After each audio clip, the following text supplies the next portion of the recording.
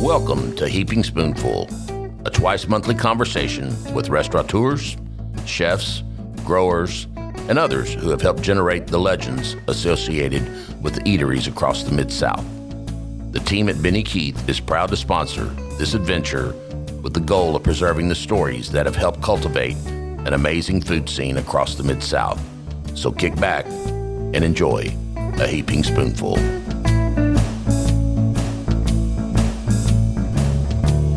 Hello, everybody, and welcome to another episode of Heaping Spoonful. I'm Kelly Bass. I'd like to thank my good friends at Benny Keith Foods Mid-South Division for giving me the chance to chat with the Mid-South's top chefs and restaurateurs with our listeners on this podcast. I've reported on the restaurant scene for almost 4 decades. Yes, I am old. Mostly through writing restaurant reviews and features for Little Rock newspapers and magazines. But let me tell you what, talking about the food scene is more fun than writing about it, and that's why I've really enjoyed hosting Heaping Spoonful. Today, I'm very happy to welcome James Hale, who's the executive chef at the Grumpy Rabbit, a restaurant that opened in January 2021 in a renovated 115-year-old building on Southwest Front Street in Lonoke, Arkansas. So, welcome, James. Thank you so much for having me. Glad you're here. And you know, while we haven't known each other personally, I have been a fan of your work for a long time, and I remember specifically many times of going to Acadia, which was your restaurant in the Hillcrest neighborhood of Little Rock, Arkansas. And so I did a little search on my computer for Acadia, and I keep everything.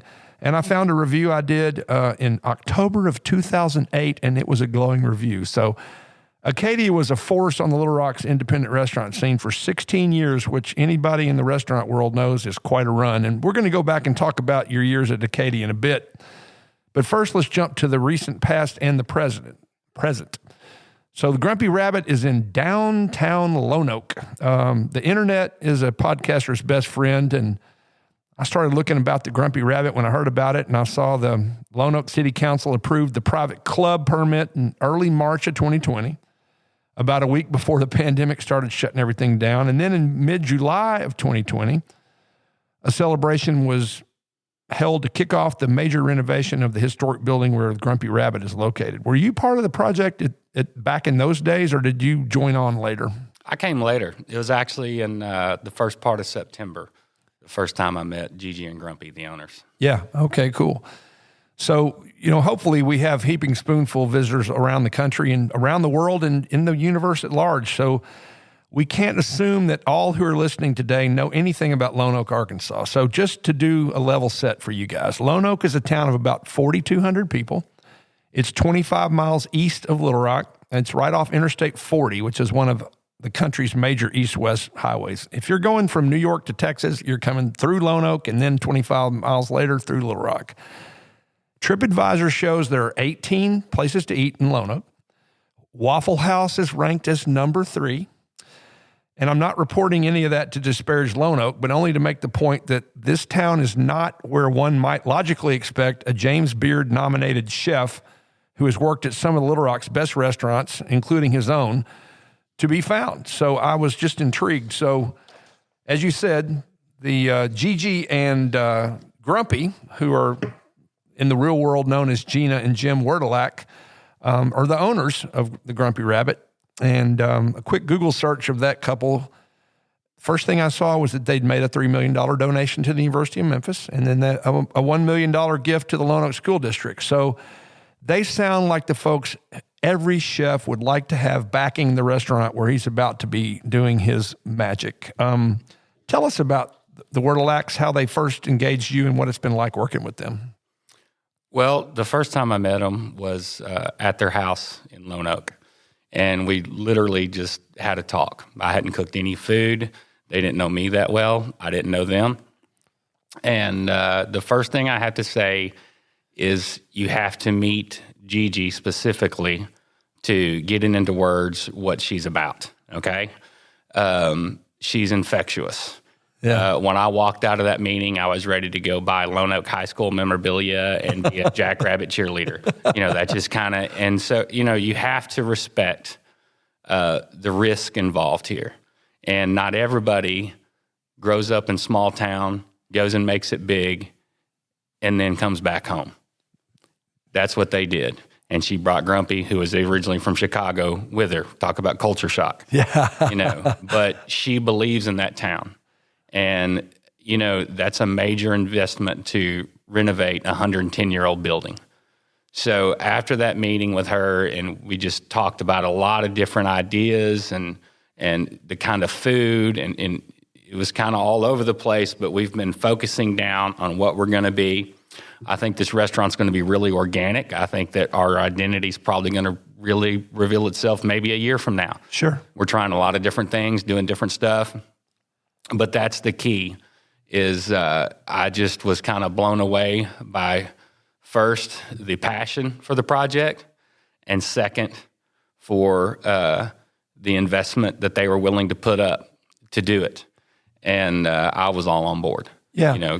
Do you know how they found you? Just word of mouth, I guess. I applied to an ad. It was a blind time. ad? I had been at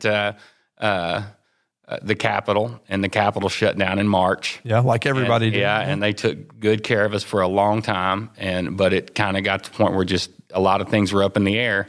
And I literally just kind of scrolled one day and saw this grumpy rabbit and gave him a call. Wow. And that's how it happened. Yeah, that is totally cool. Well, I can promise you, every small town, medium town, anywhere loves the thought of someone who is from there, who's had a successful career and married to a cool guy, coming back, because they could probably live wherever they want to live. Absolutely. They chose to live in Lonoke, and they could. and they're making a difference. They could have done a lot of different things with the investment that they're doing. Yeah. And it looks like, again, a totally first-class operation from the get-go. They're, again, extensive, and a 110-year-old building may be made for putting a little office in it, but to try to have a restaurant with a modern kitchen and all the things that got to go with that, from grease traps to vino hoods to all of that. And then I noticed, too, they really hired a top-notch creative agency to create the branding, the merchandise. I mean, again, now that I know he's nicknamed Grumpy, and the jackrabbits Grumpy Rabbit just fits totally. Yep. But, the website's nice. And then, they hired Dero Sanford, who's really one of the most renowned photographers in Little Rock, Arkansas, to come out and take all the food shots. And, again, if I'm you, I'm like going, man, where were these guys when I was doing Acadia, Yes. but again, that's just so cool. And you, again, as you said, you love that level of commitment and professionalism. So one of the, so I was going to ask you if Grumpy and Gigi were, because one of the things I found on Open Table was a restaurant review on Open Table that said, hey, Grumpy and Gigi were there and they stopped by to make sure we were being taken care of and we're enjoying ourselves. And now I know that's them. Or do they hang out there a lot? Yeah, they talk to the tables. They bring people in, and they're very engaged. Yeah. Which is cool because, again, you're in the kitchen, and as much as you want to be the face and be out there, you need somebody to be the face. Yeah, well, this is their restaurant, and I was brought on to help them with their vision. But they're engaged. They're really good with the customers. They know the clientele, but two, I've been really pleased with the fact that they give me a lot of freedom to do what I want to do to kind of help them. Yeah. Well, again, anybody who's been successful in any business knows you hire good people and get out of the way, particularly when they're good at things you're not good at or don't pretend to be good at. So when I looked at the menu online, I said, well, that looks like something that James Hale would do. So I guess they gave you creative license to create the kind of menu that you wanted? Absolutely. But, there's things, that being their restaurant, there's things that I want them to be part of it. We bought Gigi a chef jacket. Yeah. And the tater tots, she has a dog named Tater and a dog named Tot. They're little wiener dogs. So we're doing homemade tater tots there, and that's all her, Oh, that's cool. And on Friday, she's known for this goulash she makes. It's her recipe. We do that as one of our blue plate specials. I saw that. Yeah, so there you Yeah. Well, I was going to ask you later, but what is goulash is such a generic term. I know Hungarian goulash, but what is it? Oh, this would definitely be Southern goulash like you would have at Sunday potluck after church. It's macaroni pasta, ground beef, ground pork, corn, tomato, chili powder. It sounds like it needs a can of cream of something. This is definitely not the Eastern European version of goulash. Yeah, that's cool. So again, while making sure you were staying true to their vision, you were able to create the menu you wanted to create. But What about building the team? I saw that Matt Dunn's the executive sous chef. So tell us about Matt. Did you work with him before? Yeah, he was, when I was running daytime for 111 at the Capitol, Matt was the executive pastry chef there. And then he went to the Marriott, and, COVID explains a lot of things. Sure. And Matt, I just got a hold of him and said, so you want to try this with me? And I think he was interested in kind of getting back into savory work. Mm-hmm. And so he's with us now, and I couldn't be more happy. Yeah, that's the talent that's on the bench because of COVID that's available is got to be unprecedented. I mean, it's sad, but it's nice when you're in your position and looking for somebody to come help you. Yeah. And then I saw again, because of that nice website, David Plate is the general manager. Uh-huh. I think Plate is a fabulous name for a restaurant. Right, absolutely. He makes jokes about that all the time. Plate's plate is full. Uh-huh, yep. So what's not that you're his biographer, but where does he come from? Is he a restaurant guy? I'll tell you the story. When I met with Gigi and Grumpy, one of the first people I called was Alon Perot, who was the food and beverage director at the Capitol Hotel. Sure. He had just retired before COVID hit, and he was sitting at his house, and I said, "Man, come up here and check out this restaurant." And Alon is the one that got us with David. David he's worked at Arthur's. He had worked at the Capitol. Wow. He had a good resume. And it was funny, being in Lonoke, you got to hand it to, Grumpy and Gigi, because that was the reaction a lot. Oh, and in Lonoke. And then people would come see this project and see what was getting built, and they were blown away. Yeah. As soon as people would come see it, they were like, yeah, I want on board. Absolutely, I want on board, and that's kind of how that went. Well, I mean, again, not to blow too much smoke up your know-what, but I mean, the fact that you signed on has to give them a lot of confidence. They know you wouldn't be. Well, they know you wouldn't be doing it otherwise. Yeah. So I was looking at the menu, of course, and I love it. It's supper. It's not dinner. In Arkansas, we call it supper. Dinner is usually Sunday dinner, and that's served around lunchtime. But so you have it's a broad but cool menu. It's you got generally 3 compelling appetizers, 5 salad choices, a soup of the day, 5 entrees, 4 sandwiches, and 4 desserts. Is there anything you would have done differently with that menu if it were in Little Rock and not Lonoke, or is it just what you would do anywhere? I think it's what I would do anywhere, considering what the restaurant is and, kind of who we would be. It's real similar, oddly enough, to what we were doing at the Bar and Grill at the Capitol. Mm-hmm. It's nice, but it's an eclectic space, and I don't think I would have changed a thing if we'd gone elsewhere. Yeah, cool.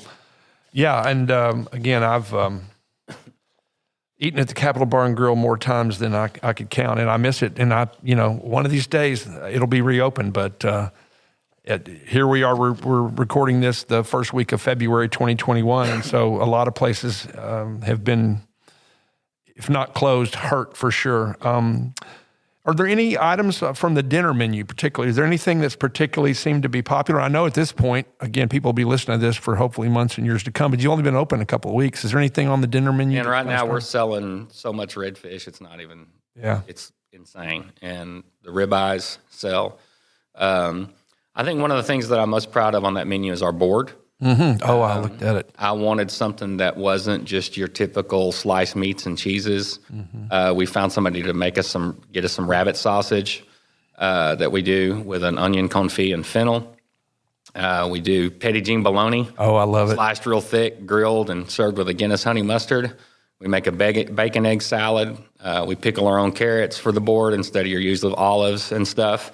I wanted something that reflected that space, that town, the state, that was unique, that was different, and I think we pulled that off. And probably one of the coolest things is there's a guy named Chip Martinson who was a fantastic chef until he decided not to do that anymore, and he lives in New Orleans, and he became a carpenter. And now he makes furniture for restaurants all over the country and a shop in the Faubourg Marigny. He designed and built our boards by hand. Wow. And Gigi jumped in her van and went down there and got them. So all of our boards are handmade by a friend of mine, and they just look really cool. Yeah, the guy who got out of the restaurant business but knows what restaurants need, so now he makes furniture. He's ridiculous. He's just one of these people that bleeds. Like, I have to work hard to be, he just kind of does it. He's just excellent. Yep. Mm-hmm. That's amazing. So the lunch menu is similar to dinner, but with daily specials and accompanying sides, basically taking the place of the dinner entrees. And man, again, they just are interesting and varied. So you got rabbit naturally and dumplings on Tuesday. Yes, sir. Rigatoni bolognese with house-made ricotta on Wednesday. Yeah, that's that Wednesday is a nod to Grumpy. He's from Chicago. Yeah. So, we can't keep feeding him grits all the time. He needs some good Italian food on it. Exactly. And there's some great with pizza in it, all the other Italian there. And then on Thursday, we're having slow-cooked roast beef and gravy over Texas toast. It's called SOS, which people know is shit on a shingle, except this is much higher. That's Thursday. Right. And then the Gigi's goulash we were talking about on Friday. Yep. Again, I guess each one of those, the rabbit fits, a little nod to Grumpy with the Italian, and then just good comfort food on Thursday with the SOS. Mm-hmm. But again, I know with that roast beef and gravy over Texas toast and then the goulash. So that's cool. And are y'all ginning up a pretty good lunch business? Yeah, we are. And those specials are selling really, really well. Yeah, I could see it. And I see too that, you get two sides with those, and the first two are probably my two favorite sides on earth, which are mac cheese and mashed potatoes. Right. Uh-huh. And then you got orange soda greens, and we do a lot of greens in Arkansas and across the South. But tell us about orange soda greens. That's kind of a New Orleans thing, and I actually had a cook when I was at Acadia who had worked in New Orleans who came up and started working, and he just brought them up, and we were talking about stuff like coulickles and stuff like that, and they had done it with grape soda. And a lot of people, when they cook collards and stuff, they'll put sugar in it. Mm-hmm. So that orange soda just replaces the sugar in your greens, and it gives it a cool color and kind of a little citrus kick. Yeah. And but there's more than, it's orange soda, bacon, onions, apple cider vinegar. Throw some beer in there, some Crystal hot sauce. Yeah. There's more to it than just orange soda, but they work really well. That's dressing up greens too, because greens can be a little bitter just straight up. Oh, yeah. Yeah. Mm-hmm. That's cool. And then your sandwiches, of course, you got a Reuben, which everybody knows what a Reuben is, but what's a Rachel? Because it's Reuben/Rachel. It's the Rachel's a Reuben with turkey. Not everybody's down with the corned beef. So sure. Yeah. So that's what a Rachel is. Oh, that's cool. I did not know. All right. I'll tell you what. I'm enjoying the chat. We're going to take a short break here on Heaping Spoonful. We'll be back in just a bit with James Hale, the executive chef at the Grumpy Rabbit, a cool new restaurant in downtown Lonoke, Arkansas that's really getting rave reviews already. So come back with us in a minute. I hope you're enjoying this episode of Heaping Spoonful.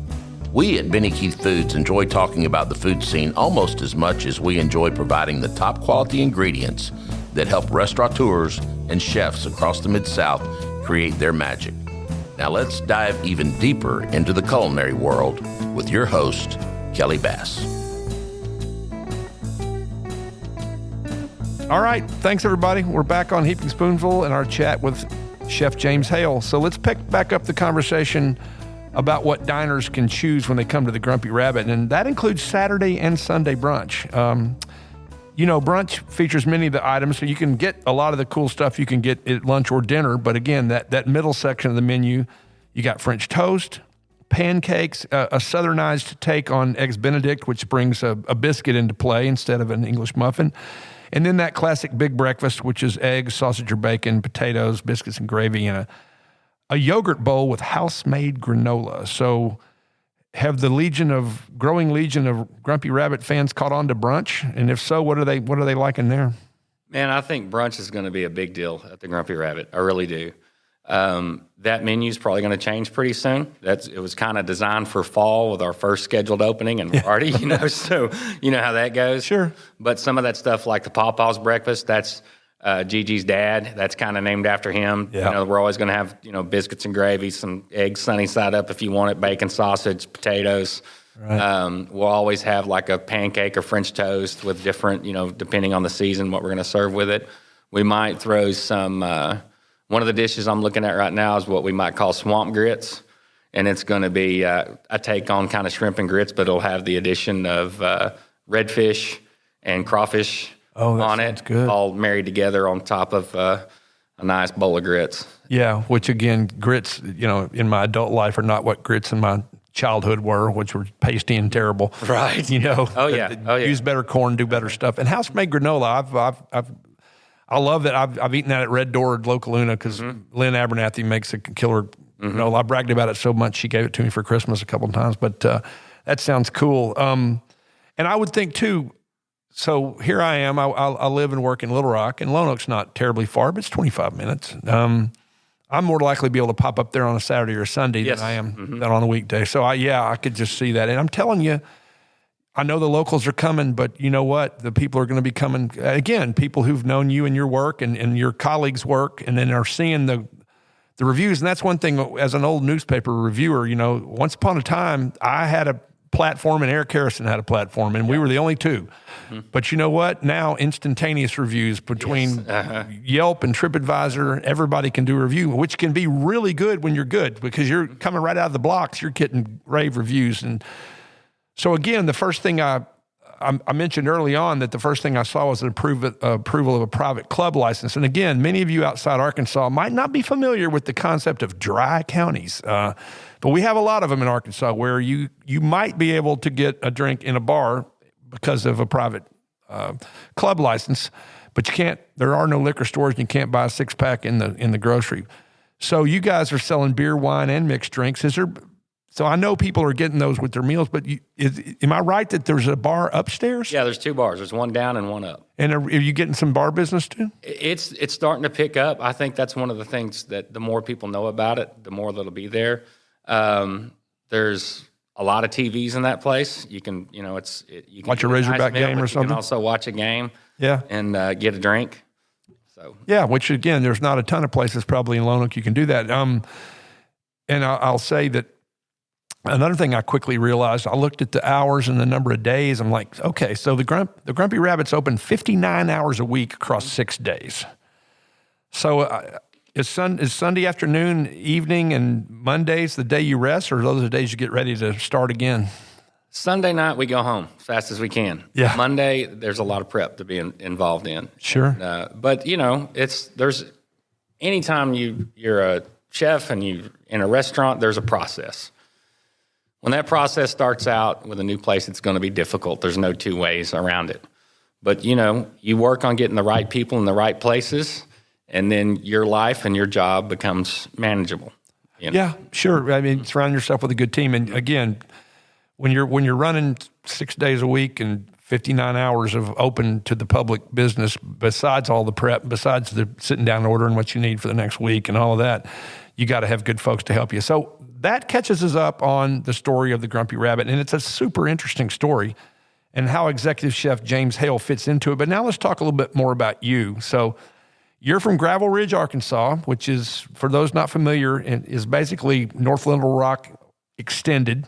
And your bio says that you began your culinary career in New Orleans. So what were the steps from a guy from Gravel Ridge finding his way to New Orleans? There had to be a spark about the food business along the way, and I don't know what all happened, but what happened between living and growing up in Gravel Ridge and ending up in New Orleans? There was, my dad was a pastor, and there was a guy that went to his church named George McCants, who's long passed, but he had been executive chef at the Little Rock Club, I believe. Mm-hmm. And he owned a place on Keel Avenue, and you'll have to forgive me because I don't quite remember the name, but it's close to where Sisters is on Keel. And I got to talking to him, and one day we went to dinner at his little place, and he was showing some, and I just, there wasn't the Food Network then. I had no clue what I was getting into. But I basically just got in my car, drove to New Orleans, and decided I was going to be a chef. I'm lucky that the first time I walked into a kitchen that I loved it. Yeah. The first job I had was at a restaurant called Carmelo's. It was an Italian restaurant. It was a great restaurant. The chef there was a 70-year-old guy named Ciro Cuomo, who was fantastic and worked with me a lot, had a lot of patience. I wasn't even good enough to be a dishwasher, but I kept at it, and then... How old were you then? 23. 23. Yeah, and it was an insane world, but I like going to work on a pirate ship or in a circus, but I loved it. I just loved it. I had never been around anything like that. And then I left there, and I got a really good lesson on the difference between French cuisine and Italian cuisine, because I had been at this Italian restaurant that had like 70 items on the menu. But all of our prep work could go across, there wasn't a whole lot of prep. Right. So then I went to this restaurant called Les Jardins, which was at the Weston Hotel. Mm-hmm. And the chef there was a guy named Christian Gilles, French who had worked all over the world. Great, fantastic resume. There's an episode of Great Chefs. Remember the old PBS show? Sure. That featured him.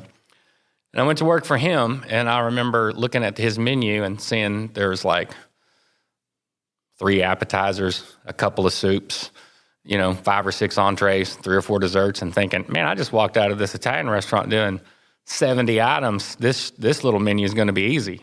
And I'll never forget the first day I walked into work, and there was like 15 guys working in this kitchen, and they gave me the mise en place, which is everything you need to do for the salad station, and it was a book about 20 pages long.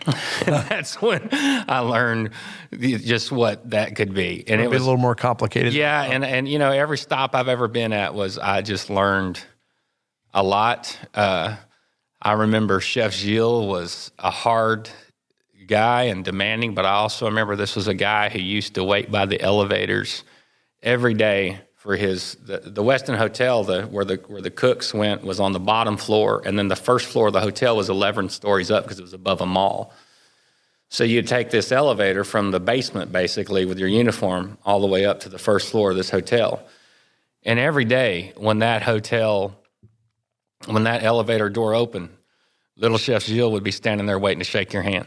Wow. He might be on you a little bit later, but it was a professional thing that I've never forgotten. Sure. I've not always lived up to it, but it that you think of the things that stick in your head, and that was one of them. Yeah. Well, that made him show that he appreciated you, even if it's not to be tough absolutely. on you. And my conversations, and before I began doing Heaping Spoonful, I knew a lot of chefs, and just the energy of a busy kitchen at a good restaurant on a good night it's the adrenaline flows, the team comes together, everything's flying in all directions, you're pulling it off, it's going through the pass out to the people are loving your food, and then you get done and maybe sit down and take a deep breath and go, wow, that was exciting and fun and tiring. Let's do it again. Right. Yeah. And that's really true. So did you decide to come back to Little Rock because opportunity knocked, or did you decide to come back to Little Rock and said, I've worked in New Orleans restaurants, I can find something to do in Little Rock? Man, I think I really just missed home. Yeah.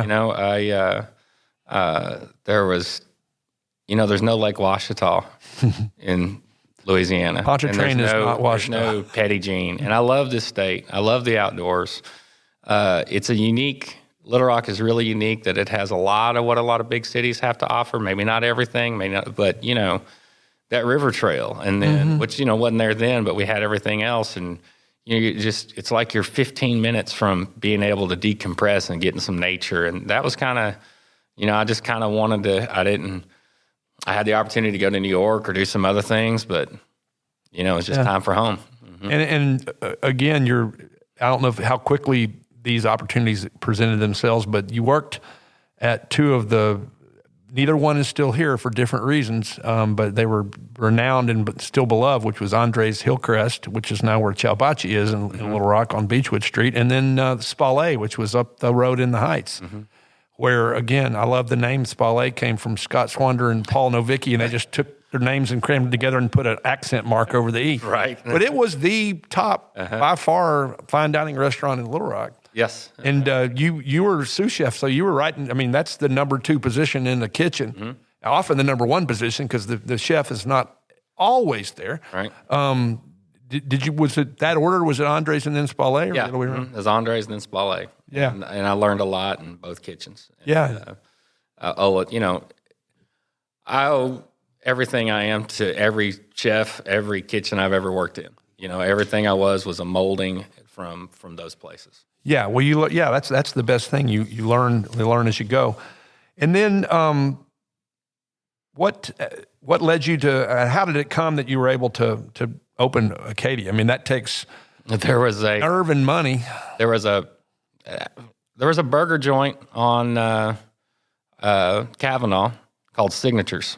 I don't remember it. And I drove by it one night and I saw a for sale sign. I looked into the window. I got a number. I called them. They told me how much it was. And somehow I got that. I'm not going to reveal how much that restaurant cost, but let's say you can buy a car for that, right. for that price. And it probably would never happen again. And I went back to my bosses at Spallé and told them what I was going to do. And it was literally one day I was the sous chef at this awesome restaurant in Little Rock, and 2 weeks later I was opening the door. There was no soft opening. Yeah. It was what we had. And I'm fortunate that it took off. You know, I remember with no press, nobody knew who I was. The day we opened, we did one table. Whoa. It was a 4-top. Yeah. But the person that I remember from that 4-top was Mary Beth Ringgold. And I'll never forget Mary Beth Ringgold looking at me and going, the food's fantastic. You're going to make it, and I'm going to tell people. That's fabulous. And then, you know, you just think of Little Rock and how this city has always supported its establishments and its own.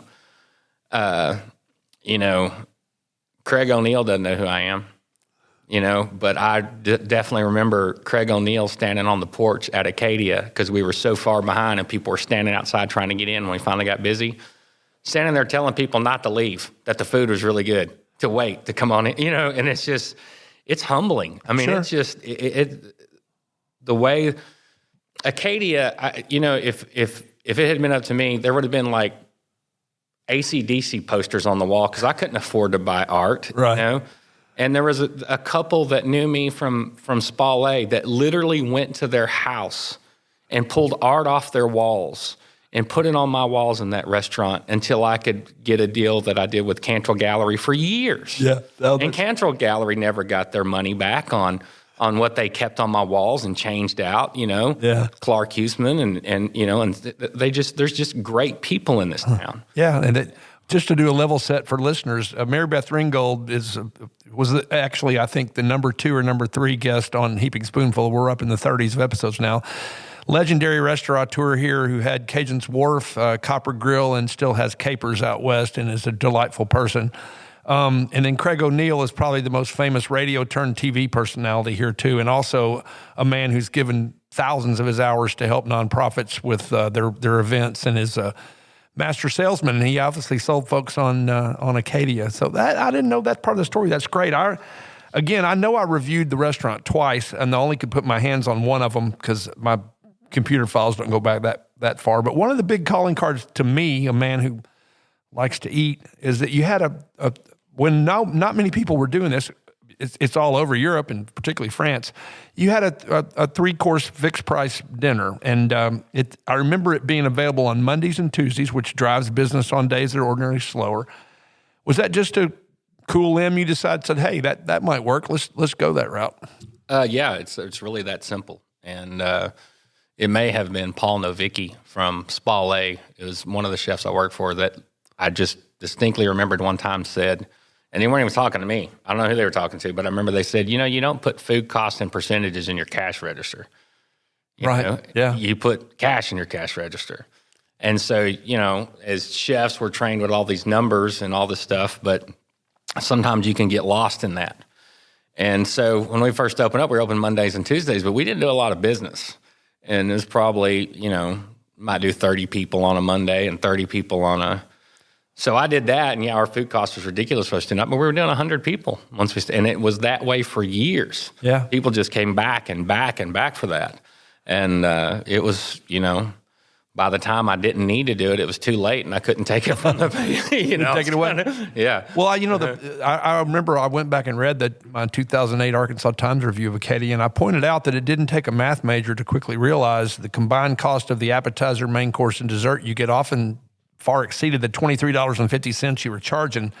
But like you say, you know, you got to sell stuff, and you got food in your possession that needs to be cooked and eaten. Yeah. So that worked out, you know, and but as I pointed out in that review, and as Craig O'Neill said to people, you know, generally, if the quality of everything that came out of the kitchen wasn't top notch, people wouldn't have come back for a good deal for 3 courses, and you wouldn't have survived. In the time I wrote that review, you'd been going for 9 years. And it ended up being 16. And again, you closed Acadia in 2015. I know you were proud of what was created in that kitchen, but I can only assume that business was declining, and that's what led you to close it. Am I right? And do you have any sense of it had just run its course? What do you think? I think some of that, but you have to remember that there wasn't, it was easy to be a big fish in a small pond back then, just to be honest with you. Mm-hmm. And there's a lot more in this town. It was when people started putting money into restaurants in this town like they do in other cities. I don't know that, a young guy like myself back in the day could pull off another Acadia at this time. There's too much involved in it. Yeah. And I just feel really thankful for that experience. When we closed, I remember one of the last things we got some award from Yelp that said that we were been in like the top 5 reviewed restaurants in Arkansas for a period over years and stuff. And so, when your business slows down and, if people are telling you, well, the food's just not good anymore, you can fix that.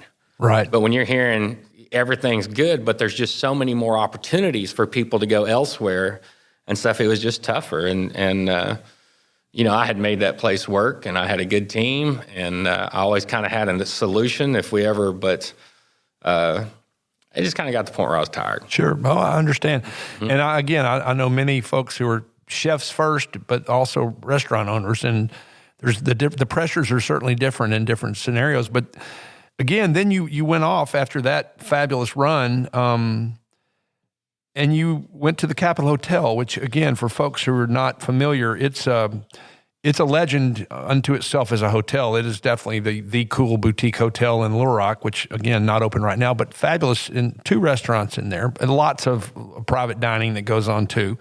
And, again, they have owners, the Stevens family, who run the largest, basically, trading house off Wall Street in the United States, and they bought the Capitol Hotel, and they put money in it to make it, much as Gigi and Grumpy have, but on a different scale, to make the Capitol Hotel fabulous. I mean, that kitchen, golly, I'm sure as a chef, just seeing the quality of what equipment they have and the quality of the ingredients. I love the banana pudding at Capitol Bar and Grill defines banana pudding. Right.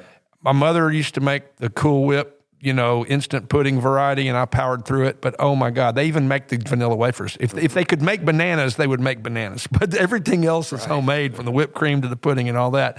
So you go there, and you had several roles there. You said 111 is the fancier of the restaurants. Capitol Bar and Grill is the meat, but, well, it's fabulous unto itself and a little more approachable for a lot of people. But you worked at both, first at 111 and then came over to be, at the end, you were executive chef of the Bar and Grill. Yeah, I actually after I closed Acadia, I didn't think I wanted to ever look at a saute pan again. Sure. So I became a first-year plumber's apprentice for a year. That's really? That's a part of the story I don't reveal too often. Yeah. But it took me about a year digging ditches with guys half my age to go, I'm going to go to the kitchen. And so I have to say, Brian Deloney, Austin Hill at Maddie's place. Yep. They let this kind of beat down, broken dude come work on their line for 3 months, knowing that I was going to find another job and I love that restaurant. Austin Hill's one of the best chefs in this town, and I kind of feel like they were part of my rehabilitation. That's cool. And so then I go to the Capitol, and I was only at Maddie's 3 months, and then I into the Capitol, and I told them that, I didn't have a lot of breakfast brunch experience. I was more of a dinner chef, and I certainly didn't have a lot of private dining experience. And so they hired me to work breakfast and private dining, and it worked out, Yeah. And I guess after a couple of years there, they offered me the job as executive chef at the Capitol Bar and Grill. The Capitol Hotel has a fantastic team. I worked harder there than just about any place I ever worked in my life, but it's one of these places where you can do that when you feel like you're supported. Yeah. And there's people here there behind the scenes that get your back, that they know you're giving all you can. And that's, I think, key to how successful they've been through the years. Yeah. Well, the Bar and Grill, that's the thing. When you take over there, I know you can tweak it, but it's hard to completely overhaul it because there's too many popular things on that menu that people are like, you're not touching the pecans and you're not messing with the cheese. Yeah. Pimento cheese. Yeah. Uh-huh. I love the gumbo. I just adore the place. And when it opens back up, if I can get a table, because the pent up demand for going out to eat and being comfortable and not scared because you can't eat with a mask on is real. Absolutely. So, yeah. Well, I'll tell you again, I'm glad things are going great for you at the Grumpy Rabbit. I'm going to be up there probably for brunch because that does work into my schedule a little better. So I really appreciate it. Pandemic or no pandemic, you're doing well and you're going to keep doing better. I'm so glad, again, you got the support of folks who are committed to excellence and have probably done excellence everywhere they've gone. So thanks to also, besides you, James, thanks to everybody who's out in podcast land for checking out this episode of Heaping Spoonful. Remember, we post new episodes the first and third Tuesday of each month. So please be on the lookout for those and go back and check out the ones you've missed. Goodbye, everybody. We hope you enjoyed this episode of Heaping Spoonful. On behalf of all of us at Benny Keith Foods, Mid-South Division, please know how much we love connecting you with the legends of the culinary scene and their unique stories. I look forward to the next time we can offer you another Heaping Spoonful.